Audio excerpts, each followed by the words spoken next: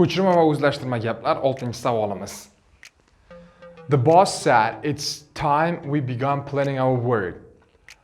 Birinchi qiladigan narsamiz va birinchi qaraydigan narsamiz muallifning gapi. Agar muallifning gapi o'tgan zamonda bo'lsa, ko'chirma gapdan o'zlashtirganimizda bitta zamon pastga tushadi. It's time present simple, past simple ga o'zgarish kerak. Began o'tgan zamon, ya'ni past simple, past perfect ga o'zgarish kerak bo'ladi va olmoshlarimiz ungacha bormaymiz.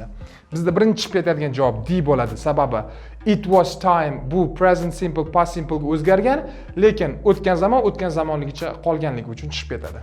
C ham chiqib ketadi, chunki it was time we began planning. Bunda ham xuddi shunaqa o'tgan zamon o'zgarmagan va bu yerda his turibdi, juda ham qo'pol xato.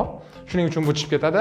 Bizda B ham chiqib ketadi, sababi it was time we begin. Present simple qo'yib qo'ygan hech qachon bitta zamonga ko'tarilmaydi, chiqib ketadi. Bizning to'g'ri javobimiz A qoladi. Ya'ni the boss said that it was time they had begun. Ya'ni present simple past simple ga o'zgargan, we they ga o'zgargan, had begun past simple past perfect ga o'zgargan va our they ga o'zgargan.